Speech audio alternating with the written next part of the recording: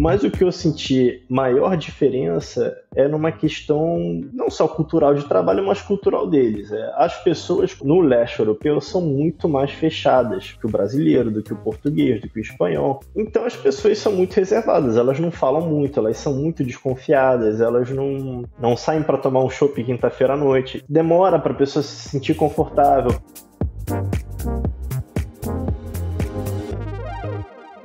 Fala pessoal, bem-vindo a mais um Tudo Pro Alto. Aqui novamente o Gabriel Rubens e hoje com o Pedro Bertacchini para falar sobre a vida na Lituânia, mais especificamente em Vilnius. Tudo bem, Pedro? Tudo bem, graças a Deus. Obrigado pelo convite. Desculpa ter marcado tantas vezes. Obrigado por ter acomodado esse horário novo. Começar, acho que seria legal falar, né, o que você faz. E depois a gente vai mais a fundo aí sobre as tuas viagens e moradas em outros países, né? Como Lituânia e UK. Então, meu nome é Pedro Bertacchini, como você disse. Eu sou natural de Buenos Aires, mas morei quase minha vida inteira no Rio de Janeiro, por 17 anos.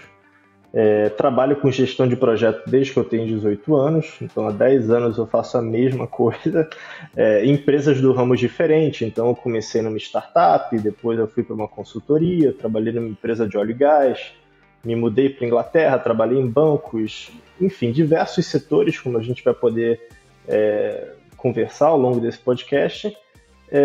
E quando eu tive 22 anos eu mudei para a Itália, para fazer meu processo de cidadania italiana. Eu tive a sorte suficiente de ter antepassados italianos, então eu contratei uma advogada, me mudei para a Itália, porque o processo na Itália sempre é bem mais ligeiro. Eu tinha um dinheiro guardado, me mudei para lá, morei na Itália por um tempinho, né, por 3 meses, e depois eu fui para a Inglaterra, onde eu morei por 4 anos. Continuei a minha experiência profissional com gestão de projetos e no começo desse ano me mudei para a Lituânia, que é o que todo mundo quer saber, por que eu me mudei para a Lituânia. Então vamos lá, eu também quero saber por que a Lituânia.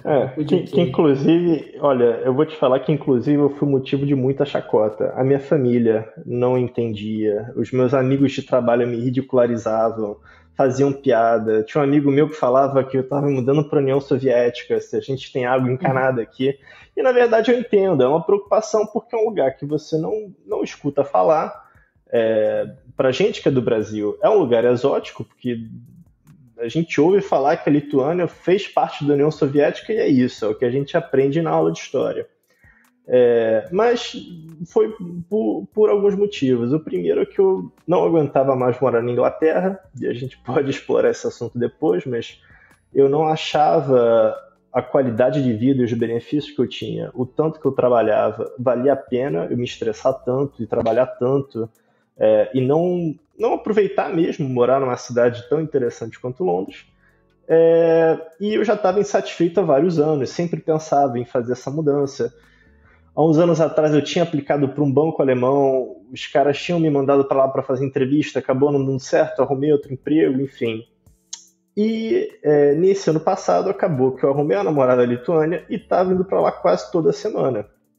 E esse para mim era meio que um escape. Todo final de semana eu ia para o aeroporto, passava um final de semana lá e fui gostando. E aí aquilo meio que me deu uma impulsionada. Falou, vou procurar por outros lugares.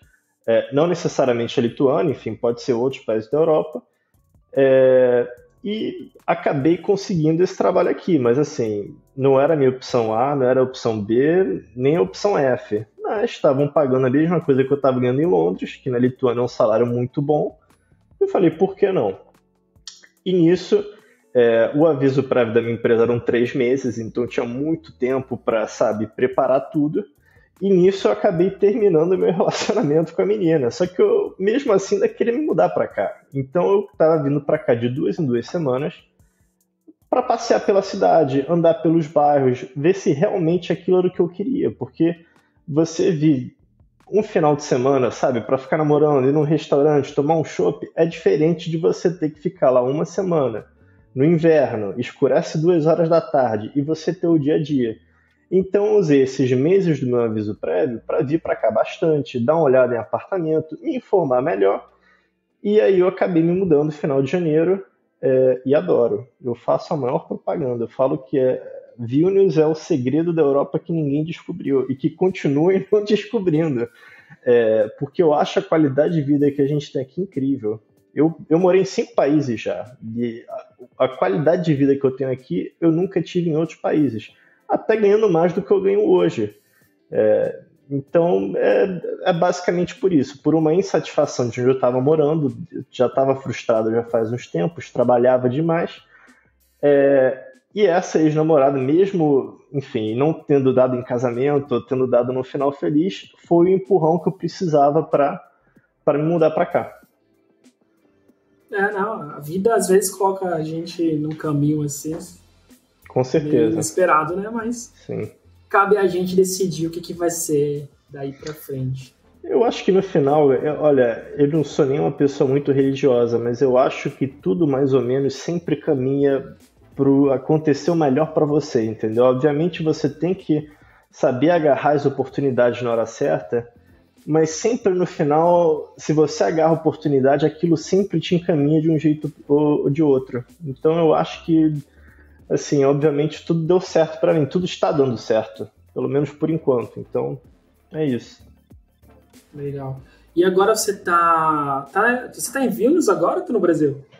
Eu moro em Vilnius, eu estava no Brasil 2 semanas atrás, visitando família. Porque tu mencionou lá na Lituânia, aí eu achei que tu tava passando pelo Brasil. Porque no fundo eu tô vendo que tá escuro. Eu falei, no Brasil não é. Porque aqui em Portugal... Não, aqui já tá escuro. Aqui escurece muito, muito cedo.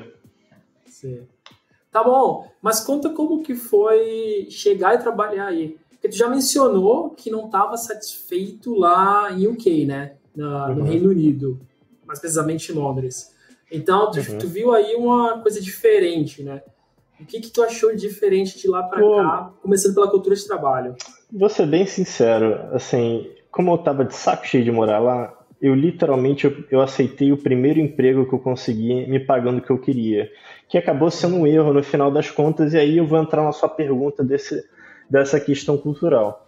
Eu trabalhava, o meu último emprego na Inglaterra era na PwC, uma consultoria enorme, então a gente faz vários tipos de projetos, tem uma estrutura incrível, inclusive super recomendo para quem estiver assistindo, é uma empresa ótima para ganhar experiência, você trabalha muito, então se você não gosta de trabalhar, não aplique para uma consultoria, mas eu acho que o retorno que te dá é incrível. E aqui tem esse lado tech muito grande, de tecnologia, de faculdades de coding, de fazer cursos de programação, porque o custo de você empregar alguém aqui é muito barato. Geralmente os impostos são cobrados em folha do funcionário, então a empresa paga tipo 2% de taxa do seu salário, e é isso, paga aquele seguro obrigatório e você paga todo o resto. Fundo de aposentadoria, coisa médica, tudo cai no custo do empregado. Então, eu fui nessa empresa de tecnologia para fazer gestão de projetos, que eu já estou careca de saber, a única coisa que eu sei fazer é isso. E já tinha feito projetos de tecnologia, já tinha trabalhado em empresas de TI, mas o que eu senti maior diferença é numa questão, enfim, não só cultural de trabalho, mas cultural deles. As pessoas, como você deve saber, no leste europeu são muito mais fechadas do que o brasileiro, do que o português, do que o espanhol. Então as pessoas são muito reservadas, elas não falam muito, elas são muito desconfiadas, elas não saem para tomar um chopp quinta-feira à noite. Isso é uma coisa assim extraordinária de acontecer. Elas até vão se você insistir e tal, mas demora para a pessoa se sentir confortável, para saber que, sabe, pode confiar em você, vamos sair para fazer algo diferente.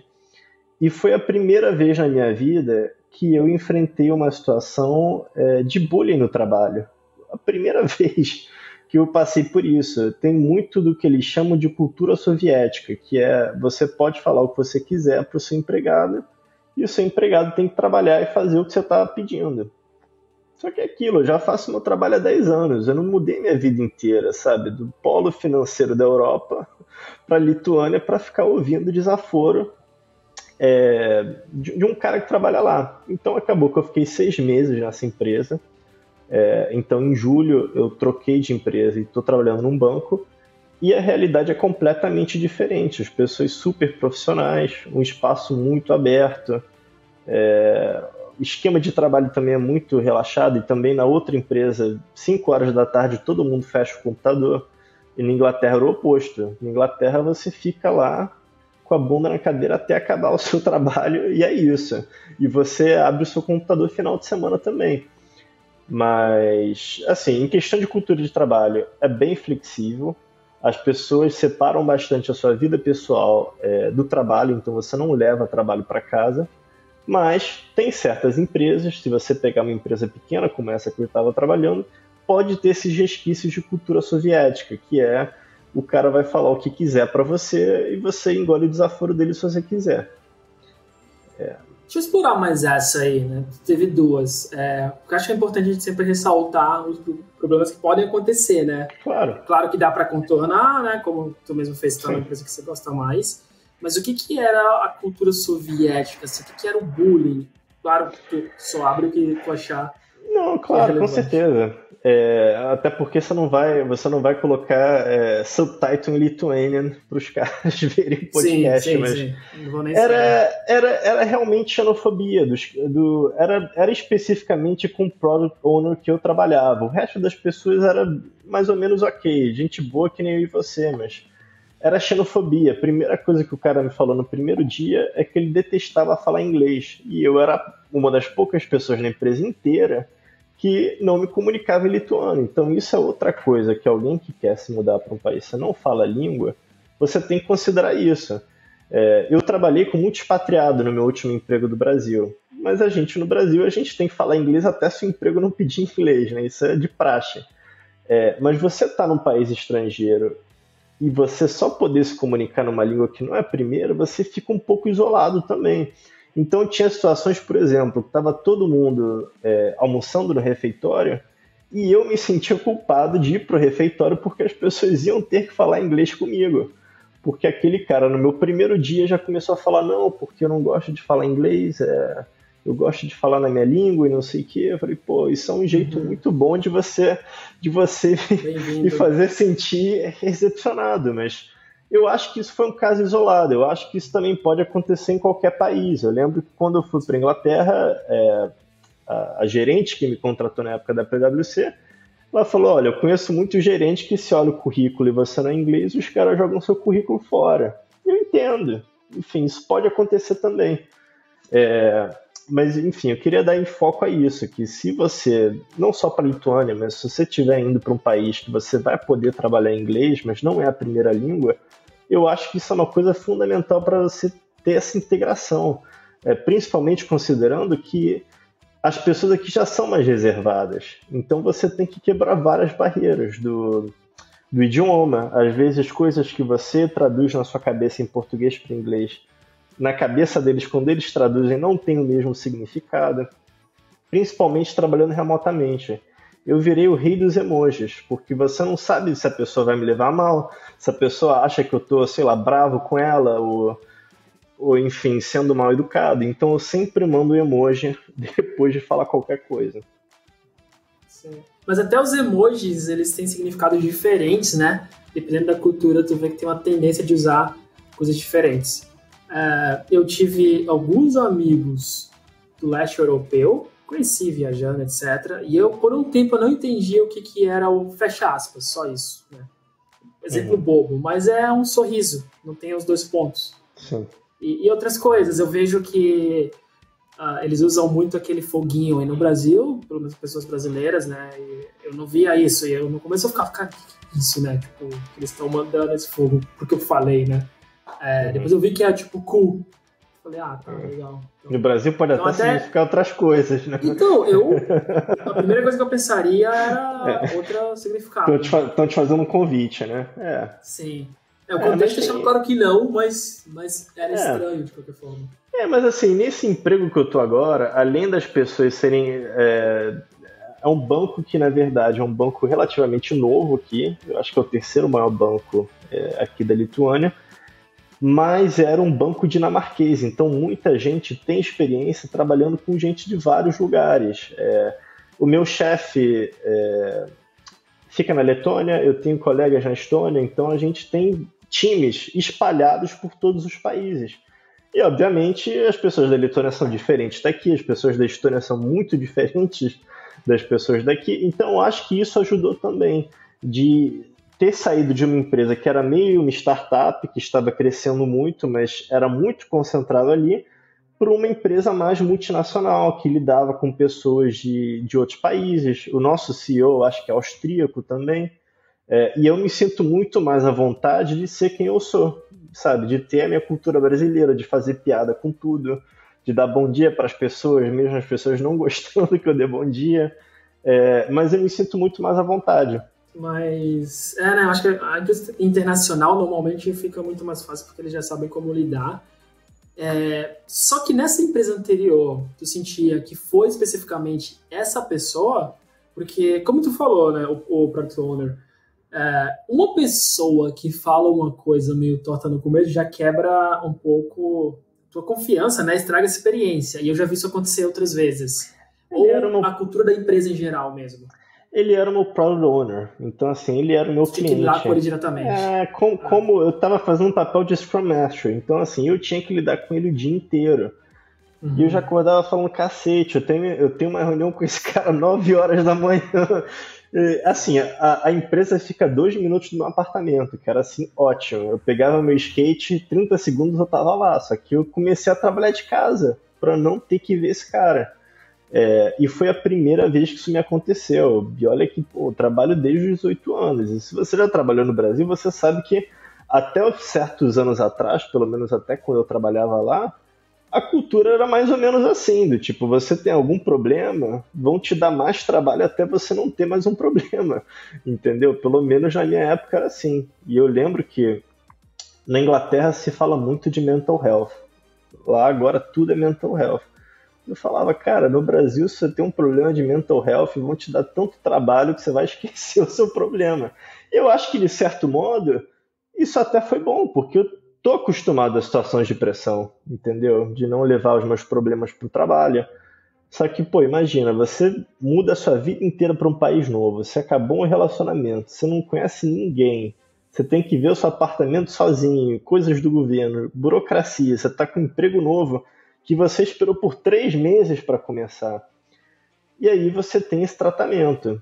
Então, eu cheguei a um acordo com o meu chefe, falei, olha, eu sei que você não tem dinheiro para me demitir, porque aqui eles têm que te pagar 6 meses de salário, ia estar rico se eles me pagassem isso. Caramba, mesmo com tão pouco tempo na empresa? São 6 meses de trabalho. Se você passa do seu probation, são 6 meses de salário. Obviamente, desconta os impostos normais, mas 6 meses de salário líquido. É muito dinheiro. Eu falei, bom, vocês não têm dinheiro para pagar isso, eu também não tô, sabe, não quero prejudicar a empresa. Eu quero me livrar desse cara. Então eu vou procurar empregos e quando eu arrumar um, eu peço demissão. E foi o que aconteceu. Eu fiquei, acho que 2 semanas procurando, fiz entrevista para esse banco e passei. Vida no trabalho nesse banco agora melhor. E como tu compara o trabalho agora nesse com o dia que... Maravilhoso. Exatamente. Olha, o trabalho no UK era bom também. Era muito mais trabalho, assim, obviamente, como eu te falei, em consultoria você trabalha muito, mas o que eu sempre falo, um hit and miss. Os caras podem te colocar num projeto que você vai trabalhar muito, como podem te colocar num projeto mais bobinho. Mas eu gostava muito do suporte que a consultoria dava, em questão de, sabe, pagar os seus estudos, te dar flexibilidade para trabalhar onde você quiser, ter os melhores equipamentos à disposição.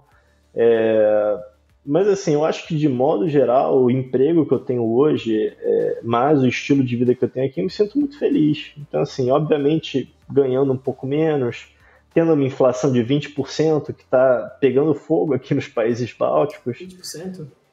Tá, eu acho que está 20%. Invasão? A Ucrânia? Eu acho que o mundo inteiro está entrando em recessão. Eu acho... Olha, foi o que eu te falei, eu estava 2 semanas atrás no Brasil, eu achei os preços um absurdo. Há 3 anos atrás valia muito a pena você realmente fazer uma festa, porque você dividia tudo por 6, 7 e tudo era muito barato. Daí eu fiquei 3 anos sem ir por causa do Covid, enfim, daquela confusão, você não sabe se pode viajar, não sabe se pode viajar. E eu fiquei chocado, eu falei, caraca, como é que alguém consegue ir para um bar, ir num restaurante e gastar R$ 200? Um restaurante assim, normal, nada chique ou um pé sujo, mas eu achei os preços muito caros. E aqui eu acho que é a combinação disso. O preço do gás, obviamente, aumentou muito, da energia aumentou muito, comida por causa dos grãos da Ucrânia, mas também são os gastos da conta de Covid, porque a gente ficou 2 anos fazendo lockdown, muitos negócios tiveram que fechar, você tem que aumentar o preço das coisas para cobrir aquelas campanhas todas de vacinação, sabe, fica em casa. Então, assim, a conta ia chegar em algum momento. E é o mundo inteiro que está passando por isso. Alguns países estão com menos inflação, alguns países estão com mais. Mas eu acho que aqui possivelmente é mais afetado por causa da situação na Rússia. Eu acho que sim.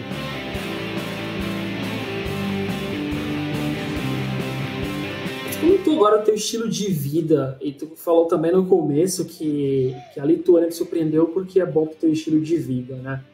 O que mudou no teu estilo de vida aí?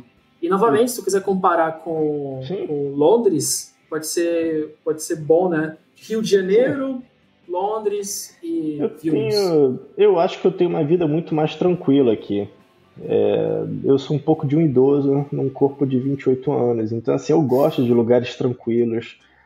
Quando eu escolho um lugar para viajar, eu vejo lugar menos lotado. Por exemplo, eu nunca fui para Espanha. Nada contra, eu acho que um dia eu ainda vou, mas a Espanha sempre vai estar daquele jeito. Os países do leste europeu, que são mais pobres, eles a cada ano, tudo dá um salto, entendeu? Então, para mim, em questão de viagem, eu sempre escolhi leste europeu, países mais baratos, porque você sempre consegue um valor melhor para o seu dinheiro, as pessoas não querem ir para lá. Mas voltando para a sua pergunta de estilo de vida, eu posso te dar uma comparação bem simples. Na Inglaterra, você já foi para Londres? Você conhece mais ou menos os bairros? Nunca fui para Londres. Não tá perdendo nada, tô brincando. Eu morava num bairro bom, Fulham, que é perto de Chelsea. Chelsea você conhece, o time de futebol? Sim. Uma zona boa, classe média, e mais ou menos uns 40, 45 minutos de metrô do trabalho. Então não era um lugar ruim, mas em Londres você tudo tem que pegar o trem para chegar lá. E eu dividia uma casa velha com 4 pessoas. Eu pagava 750 libras de aluguel, que é muita grana. Dividido? Não. 700 eu pagava... Sim, porque acontece. Você, obviamente, você pode pegar num real estate agent, mas eu achei uma empresa, que era mais fácil, que a empresa procura lugares e você resolve tudo com a empresa, você paga como se fosse uma conta por mês e está resolvido. Então eu pagava 750, tudo incluído, mas por um quarto.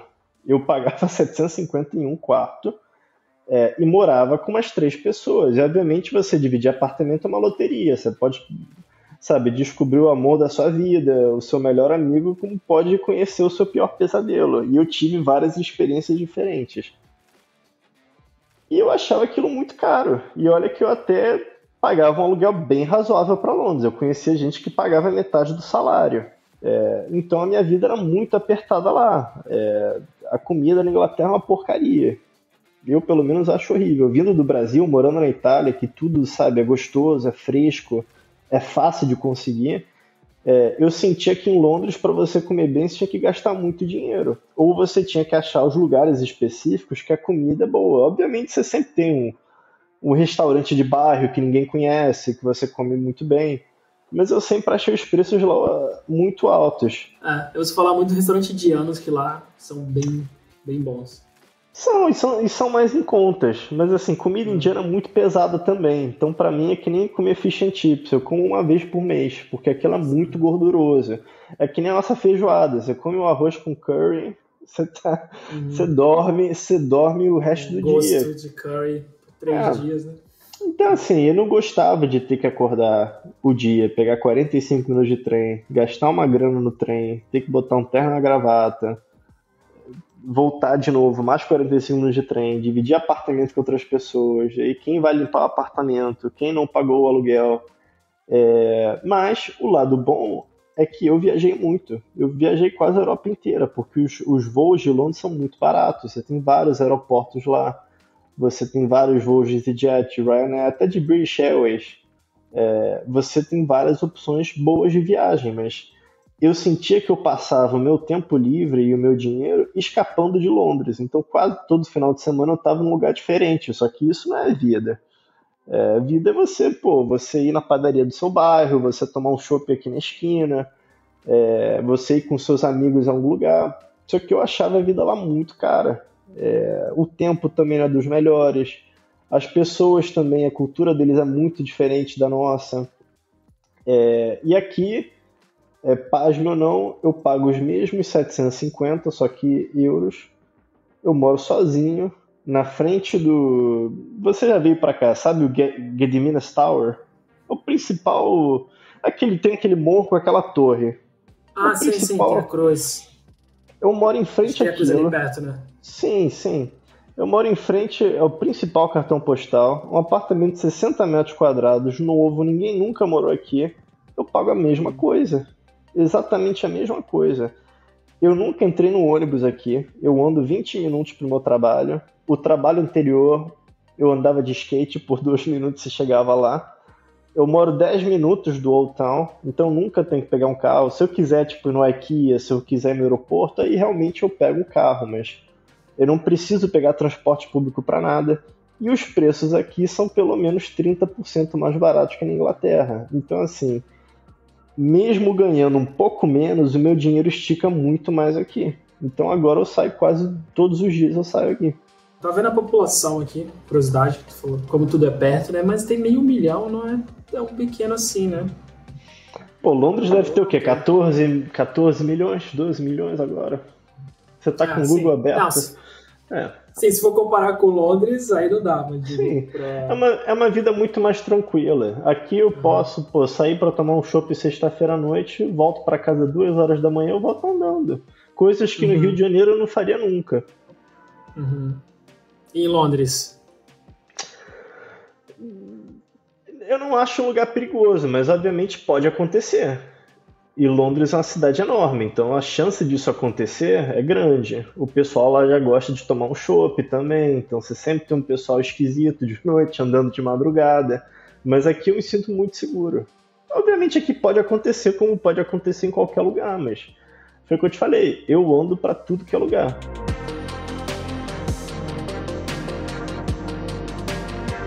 Entendi. E o que dá pra fazer aí? Além de andar de skate, né, que você faz até para o trabalho. Eu não te contei do meu acidente. Eu quebrei minha perna faz 3 meses atrás. Isso foi outra aventura. Eu posso te contar rapidamente, se você tiver interesse, porque eu ando de skate desde os 15 anos e comprei um skate depois de um tempo sem andar aqui e estava andando direto. Tive um acidente estúpido. Que eu caí de mau jeito. Quem faz esportes radicais, você sempre se rala, se arranha, acontece alguma coisa. E eu caí de um jeito, estranho na minha perna esquerda e fui pro chão. Eu fui pro chão, senti aquela dor, mas eu achava que eu tinha ralado a coxa e era isso. Quando eu vi, o meu pé estava para um lado e a minha tíbia estava para o outro. Eu falei, desloquei o meu pé, não é possível. Porque eu nunca tive doença nenhuma. Eu nunca fui no hospital. Eu acho que eu fui no hospital 2 vezes, quando minha avó operou e quando um dos meus sobrinhos nasceu. Eu não tenho experiência, eu nem sabia como é que faz para entrar no hospital. E aí eu levantei, a minha perna estava meio que bamboleando, entendeu? E o osso saindo. Eu falei, caraca. Só que isso foi na frente do meu prédio, então eu meio que consegui me arrastar para o meu prédio. Liguei pro senhorio do meu apartamento e falei, cara, chama uma ambulância pra mim, me fudi, eu acho que eu desloquei um osso. E a resposta dele foi a seguinte: eu estou aqui no bar da esquina, eu tomei 7 coronas, eu não vou poder te levar no hospital, mas eu vou chamar o Uber pra você. Aí o cara chamou o Uber e foi me encontrar horas depois no hospital, quando ele estava sóbrio. E, obviamente, o Uber não fala inglês, então eu botei no telefone, olha, quando a gente chegar, você pode pedir uma cadeira de rodas. O cara foi super solícito. Fiquei 3 horas esperando lá no hospital, sem uma aspirina. Fui fazer o raio-x e o cara falou, olha, você quebrou... Primeiro, você rompeu todos os ligamentos do seu calcanhar e você rompeu 2 ossos, um deles em alguns pedaços, e você vai ter que ser operado imediatamente. Nisso, o meu senhorio já tinha voltado para lá e ele falou, olha, os hospitais públicos são uma porcaria, se você tem o seguro da sua empresa, faz pela sua empresa. Eu falei, bom, se realmente não tem ninguém para me operar agora, vou voltar para casa e amanhã eu resolvo isso. Só que qual era a pegada? Lembra daquele emprego que eu tinha? Uhum. A semana que eu quebrei o meu negócio foi no domingo. O meu último dia era na sexta-feira. Então, até essa história toda se resolver, eu não ia mais ter seguro de saúde. Então, o que eu fiz? Na segunda-feira seguinte, eu voltei para o hospital com a perna quebrada, num Uber, sozinho, traduzindo as coisas. Falei, olha, me coloca na lista de espera, porque não vai ter como eu fazer no privado. Tinham 24 pessoas na minha frente. Eu tive que esperar uma semana, os caras me ligarem. Falaram, a gente vai te ligar em uma semana para marcar. E eu falei, porra, não vão me ligar, porque se isso fosse no Brasil, os caras falam, vou te ligar, os caras não te ligam. Pelo menos na minha época, eu não sei se hoje em dia já mudou, para não ser injusto. Mas realmente me ligaram uma semana depois, fiz a cirurgia naquela semana, fiquei 2 meses de cama sozinho, tendo que pedir comida todos os dias, me injetando remédio. Enfim, foi uma merda. Foi uma merda. Mas fiz a fisioterapia, agora eu já estou andando normal, já voltei a andar de skate, mas de um jeito bem conservador, porque eu tenho 2 placas. Chega, né? Pô, Gabriel, eu tenho 2 placas e 12 parafusos na minha perna. Eu fui pro Brasil 2 semanas atrás, tudo eu falava, eu sou um senhor operado, eu não posso fazer isso. Eu acho que a única coisa positiva é que no aeroporto tinha aquela cadeira de rodas, então sempre tinha alguém para me empurrar. Isso eu achava assim o máximo. Mas enfim, essa foi a história da minha perna. E a minha experiência no hospital é que ninguém falava inglês, mas eu tinha o telefone e ia traduzindo as coisas. Eu até esqueci a pergunta que você tinha me feito, que era completamente diferente. Meu estilo de vida aqui. Mas isso é importante, né? Entender como que é. E acho que isso é uma coisa... Outra coisa importante para quem for viajar, né? É sempre saber o número da emergência e ter no celular fácil. Sabe? Não sabia. Então, eu tinha medo que não falasse a língua. Assim, obviamente as pessoas aqui falam inglês e falam muito bem, mas as pessoas da nossa idade, até uns 40 anos, assim, estourando. Os outros falam russo por causa da ocupação soviética de anos aqui. Sim. E assim, não era que eu espero... que todo mundo fale inglês por minha causa. Eu acho que eu tô errado, eu tenho que falar a língua, mas no hospital público ninguém falava. Então, assim, se não fosse por causa do Google, eu não sei o que eu faria. Sim. Eu acho que na União Europeia inteira, eu acho que é 112 emergência. Se eu não me engano, posso estar falando bobagem, mas se eu não me engano é isso. Quem estiver ouvindo e quer ir pra Europa, pelo amor de Deus, vai no Google e salva no celular. Porque senão o primeiro que eu ouço de acontecer emergência e não saber o que fazer. E uma coisa muito boa, eu não paguei 1 centavo, porque eu tenho aquele cartão de saúde da Europa, eu não paguei nada, 0. A minha cirurgia deu tudo certo, eu fiz todos os acompanhamentos de graça, raio-x, tudo. A fisioterapia, Gabriel, eu tinha a opção de fazer no hospital público, mas o que eu pensei? Se os caras não falarem a minha língua, aquilo vai ser uma droga. E foi uma cirurgia que eu quase perdi a minha perna, entendeu? Eu tive que assinar um termo numa língua que eu não sabia o que era, que a mulher falou, olha, você sabe que você está assinando que se a gente tiver que amputar sua perna, você não vai processar o hospital. Eu falei, porra, o que eu vou fazer? Eu falei, cara, eu tô sentindo há uma semana dor 24 horas, eu quero que você me opere. Se for para perder a perna, porra, prefiro que não. Mas se for para fazer, faz, entendeu? Mas, por minha sorte, o prédio que eu moro tem uma fisioterapeuta. Ou seja, lembra no começo quando a gente falou que tudo acontece por um motivo? Eu sempre passava andando por essa fisioterapeuta. Eu falei, pô, quem faz isso? Porra, fiz 20 sessões. Foi ótimo, que pelo menos eu pego o elevador, ia pra lá e fiz as minhas sessões. E isso me ajudou muito. Se não fosse por causa da fisioterapia, cara, eu tava andando mancando. Pô, que top. Então apesar dos pesares, tá tá melhorando, né? Tô muito feliz. Eu acho que assim, foi realmente uma situação muito ruim, porque eu estava aqui sozinho. Os remédios acabaram com a minha cabeça. Eu fiquei por semanas, eu dormia chorando. Não por me sentir sozinho, mas por me sentir completamente incapacitado. Não conseguia nem. Olha, eu deixava de beber água para não ter que fazer xixi no banheiro, de tanta dor que eu sentia. Então, assim, eu parei de tomar os remédios porque aquilo estava afetando a minha cabeça de um jeito horrível. E eu sempre fui muito independente. Eu me mudei para cá de novo, sofrendo críticas da minha família, ouvindo piadas. Mas eu falei, cara, eu quero mudar para cá, eu vou. Então, eu sempre fui acostumado a resolver tudo sozinho. Então, quando eu tive esse acidente, aquilo meio que me incapacitou completamente. Mas depois da recuperação deu tudo certo. Agora eu vou para academia todo santo dia, continuo andando de skate, adoro tomar café, então todo final de semana eu saio para tomar café fora. Tenho os meus amigos do trabalho, do meu outro emprego também. Então eu acho que eu tenho um estilo de vida muito mais saudável aqui, muito mais ativo. E se você veio para Vilnius, você viu que você consegue andar a cidade toda a pé. Você em meia hora você vê a cidade toda. Sim, um fim de semana dá pra ver tudo mesmo, assim. Eu ficar pensando o que fazer, como turista, né? Mas então, me conta o que tem pra fazer, porque as pessoas que eu conheço de países menores, né? Como, sei lá, Croácia. Croácia até tem a parte ali do litoral, mas a pessoa fala não tem nada pra fazer em Zagreb. E eu também conheci da Lituânia, e eu fui uma vez, né? Mas é porque eu tava de passagem pra Bielorrússia. Uhum. E quando eu tava indo, eu falei, e a pessoa falou, mas vai fazer o que lá? Eu falei, vou tentar ficar, não sei se eu fiquei 2 dias, a pessoa falou, não tem o que fazer em 2 dias, sabe? Pega só meio período que já é suficiente. Mas é o que eu falei, eu acho que como um turista, realmente não tem muita coisa para fazer. Eu acho que 2 dias é o ideal. Você pode ir para Kaunas, você pode ir para Klaipėda, no litoral, mas depende da estação que você tá. Eu sei que no inverno tem não é um ski resort, mas tem um negócio que dá para você fazer snowboard e andar de esqui também. Tem os mercados de Natal, eu acho que daqui a poucas semanas eles começam a colocar todas as barraquinhas. E tem bares, restaurantes, boliches, shoppings, como em qualquer lugar. Mas eu acho que a beleza daqui é que ninguém quer vir para cá. Então, assim, tem muita oferta de emprego, principalmente se você trabalha com tecnologia e os caras pagam bons salários.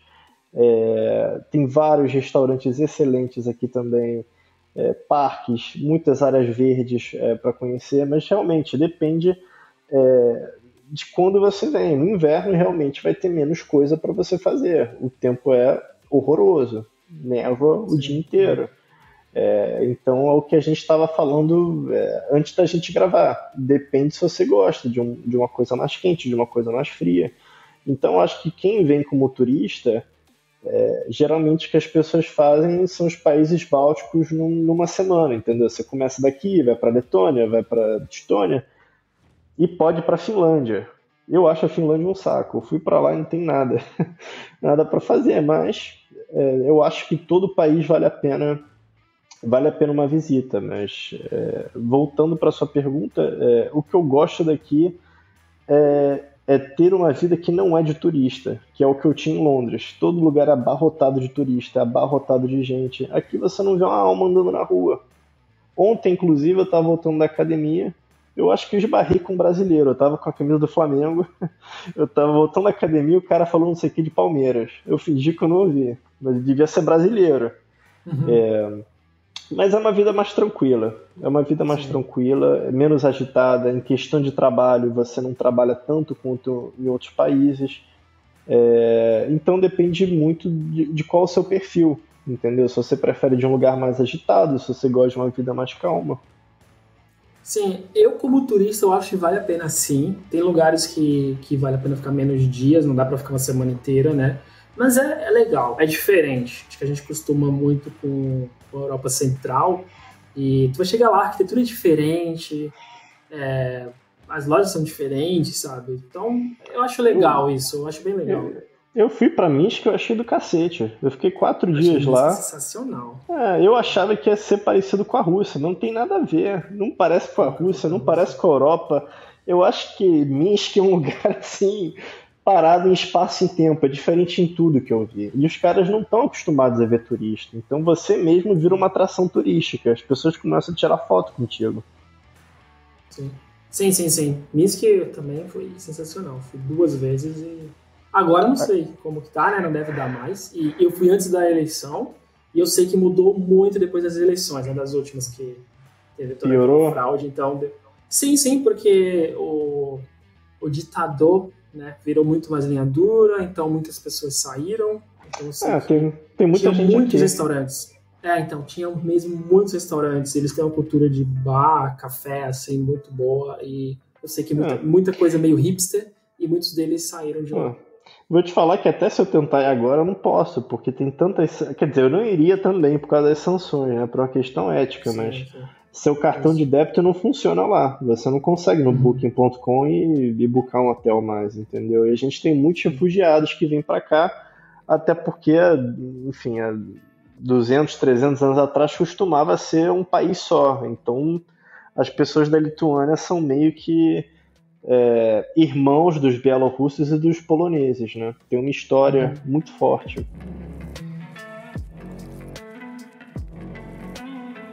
Mas como local mesmo, cara, porque uma das coisas que eu vi bastante aí, como eu contei, né?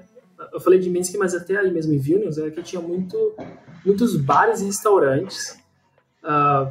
Das coisas que eu lembro é que a comida era muito boa. Eu não comi nenhuma comida local, para ser bem honesto, mas eu fui muito em restaurantes internacionais.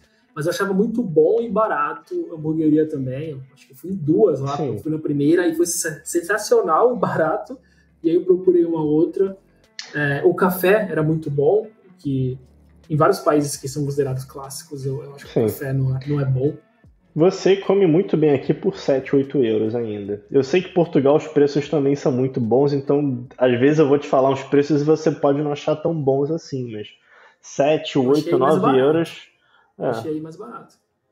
Você achou aqui mais barato? Eu moro no centro de Portugal, do Porto, mas eu achei aí mais barato que Portugal. Eu achei Portugal mais barato que o Rio de Janeiro. Há 2 semanas atrás, muito mais barato. Mas eu acho a comida aqui boa, assim, e obviamente foi o que eu te falei, eu achava a comida na Inglaterra péssima, então qualquer coisa sempre vai dar uma melhorada, mas a comida local deles aqui geralmente são aquelas comidas bem pesadas, eles têm aqueles dumplings, eu não sei como é que é dumpling, aqueles dumplings de batata, isso tem na Bielorrússia também, meio que um bolinho, meio que um bolinho de batata bem grande, recheado. Com carne? Isso, carne de porco, galinha. Será eu que acho que Reinik? Na Bielorrússia eles chamam disso. Aqui eu acho que é Zeppelin. É como se fosse Zeppelin, só que na língua deles, porque aquilo fica em formato daqueles balões, né? É tipo um pastelzinho, que você tá falando? É um bolinho de batata recheado. É um bolinho de batata recheada. Tudo de batata, né? Então, assim, aquilo é muito pesado pra mim. Então, aquilo é que nem meu fish and chips. Eu como aquilo uma vez por mês, mas eu sempre vou em restaurantes de comida da Geórgia. Geórgia sempre foi o meu país dos sonhos. Eu fui ano passado. Fantástico. Você já foi pra Geórgia?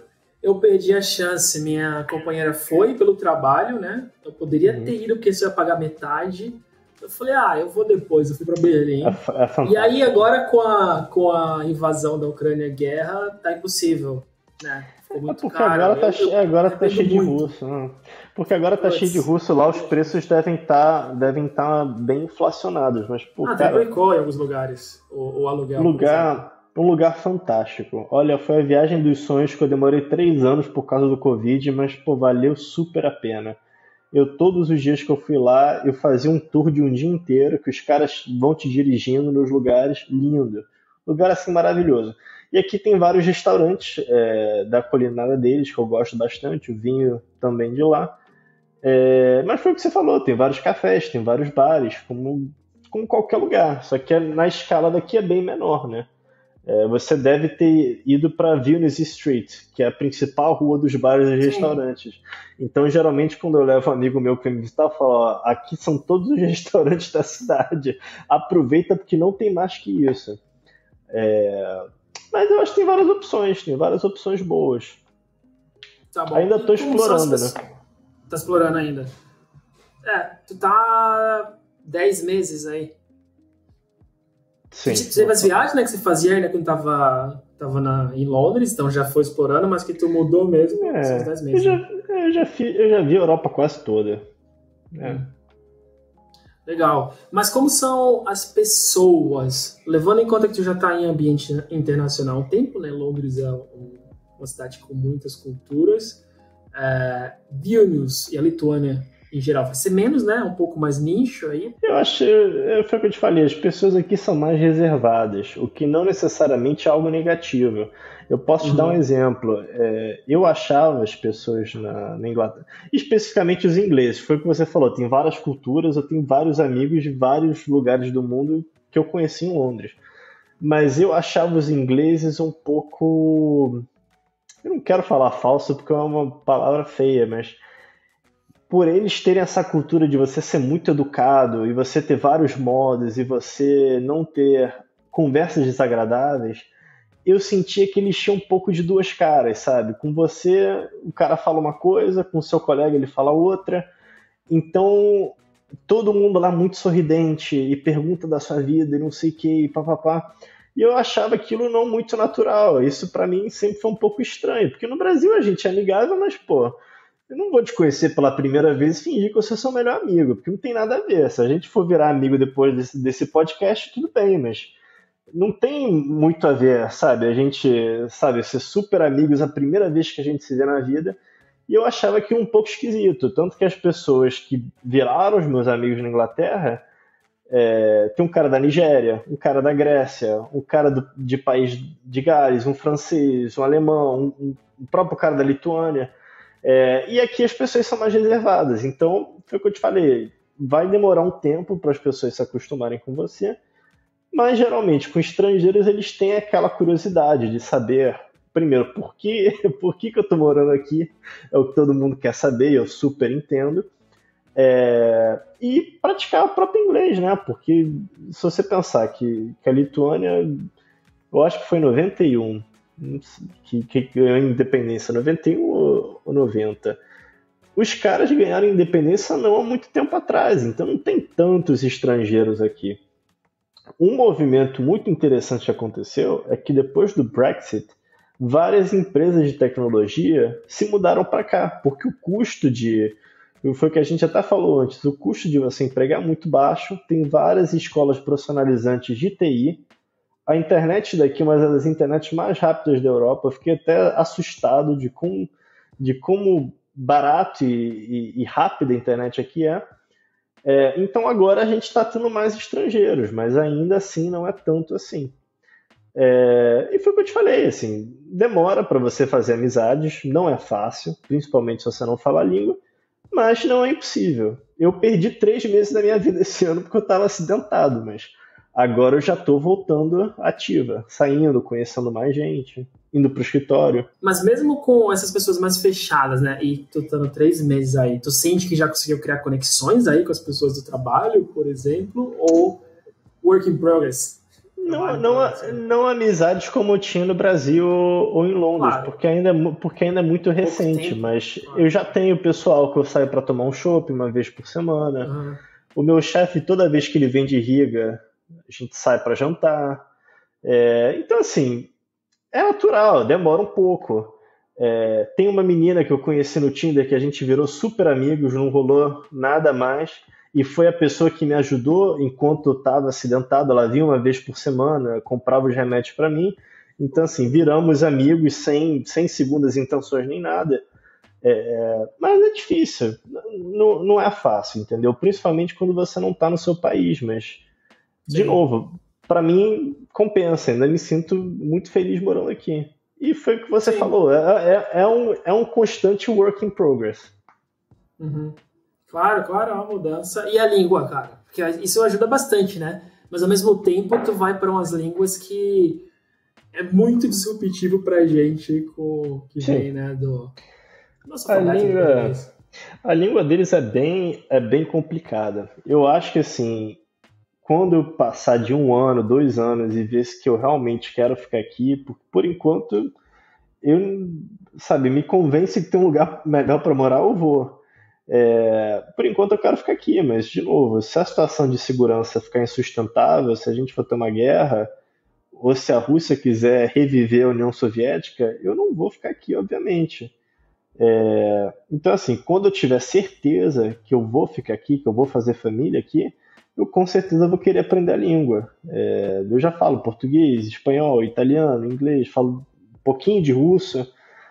Então eu gosto de aprender idiomas, eu tenho um pouco de facilidade também, mas é um investimento. E por enquanto, como esse ano foi tão confuso, emocionalmente, fisicamente, tudo, eu quero ter um pouco mais de certeza se eu realmente vou ficar aqui para fazer esse investimento.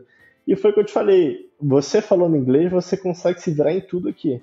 A não ser que você precise ir para o hospital público, mas de novo, com um tradutor você se vira, entendeu? Eu falei 100% em inglês, 100% das pessoas me entenderam quando eu estava aí, assim, e não é a experiência que eu tive em todos os lugares. Mas gente da nossa idade. Na Itália, né? Algumas vezes, mas, por exemplo, aí foram 2 dias, eu acho, e nos 2 dias, todos os lugares, eu até pedi informação na rua, assim, pessoas mais velhas, que normalmente tem que evitar, né, mas no horário que eu tava só tinha as pessoas. Porque os caras, eu acho que os caras se deram conta que para eles se livrarem do retrocesso que teve essa ocupação soviética, os caras iam ter que se modernizar, entendeu? Aprender. E o inglês deles é muito bom, não sei se você concorda, mas eu acho o inglês deles aqui excelente, sem sotaque nenhum. Pelo menos a maioria. Mas eu acho que esse foi o jeito deles se modernizarem. E tá virando um país muito moderno, até pela questão da internet que eu te falei. Então, assim, sem maiores problemas com o inglês aqui.